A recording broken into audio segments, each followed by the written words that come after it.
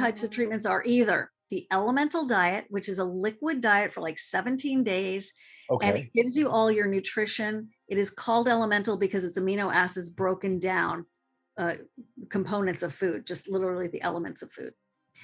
That starves the bacteria overgrowth. So that's one way. Ah, okay. And it's tough. Let's be real. Okay. It's a tough one, but a lot of people say I'd rather have done this first because it was so effective and now I'm done, kind of thing. We always suggest that you get retested to see how much progress you made, because if your gas levels are really high, you might not get it taken care of in one treatment round. And the goal there, I think what you're saying is you're essentially, you have this condition where there's an overgrowth of bacteria. It's creating all these gases and causing all kinds of problems. This particular diet then starves or essentially kills that bacteria, which I think, I'm not sure here, allows your body's natural bacteria to then take over again. Is that right? It's a good way of looking at it. Yeah, your microbiome does come back into homeostasis. Okay. You've seen it. However, yeah, so it SIBO is not an infection, interestingly enough. It's Ah, an overgrowth. And it's easy to think, oh, it's bacterial, it's an infection. It's actually an overgrowth. So that's a little bit different. And the way that it kills the bacteria in this particular version of the elemental diet is it does starve it, because your body will receive all that nutrition to the point of where it doesn't even get to the small intestine to feed the bacteria. okay, got it. Now, the two other methods are herbals or antibiotics. The antibiotics are special, because I was very resistant to the antibiotics at first. But once I learned more about it and got educated, all of a sudden I was like, oh, Right, right, that's not. right.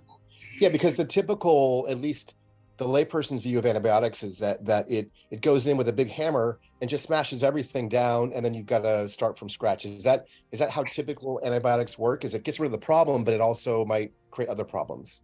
I want to do a disclaimer for antibiotics is that they can save your life. So let's Ah, not vilify all yeah, antibiotics. got Let's it. use them wisely, I right? see.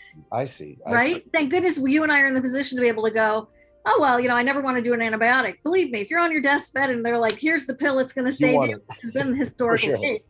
Bring it on. But I want to do the herbs first, and that is things like oil of oregano, Hmm. some different formulations that have been studied to actually reduce the bacterial load. Now, they'll take you a month, okay?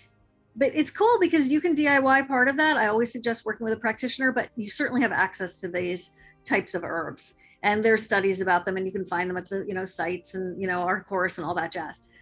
So it's not a big secret. But and there are a variety of them. But then the other thing is a combination of antibiotics. If you have a methanogen overgrowth, known as Hmm. IMO within the world of SIBO, intestinal methanogen overgrowth, then you're doing rifaximin, which is an antibiotic that stays in the small intestine, that is the antibiotic that they give for traveler's diarrhea and for food poisoning, and Okay. actually has a lot of positive things, including helping with fatty liver. Really interesting. And so Interesting. that's not a nuke.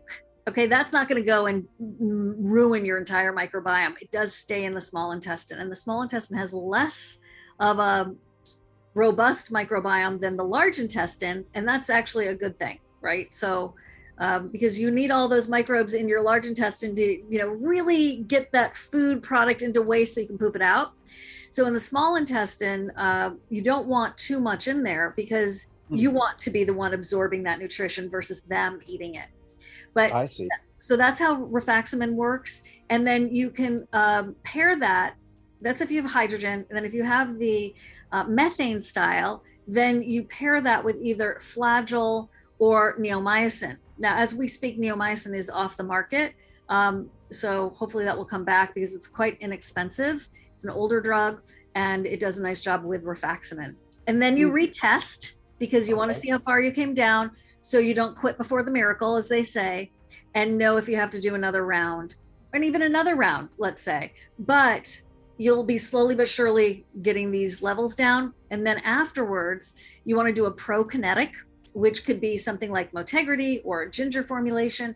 And that actually stimulates the migrating motor complex that we've been talking about.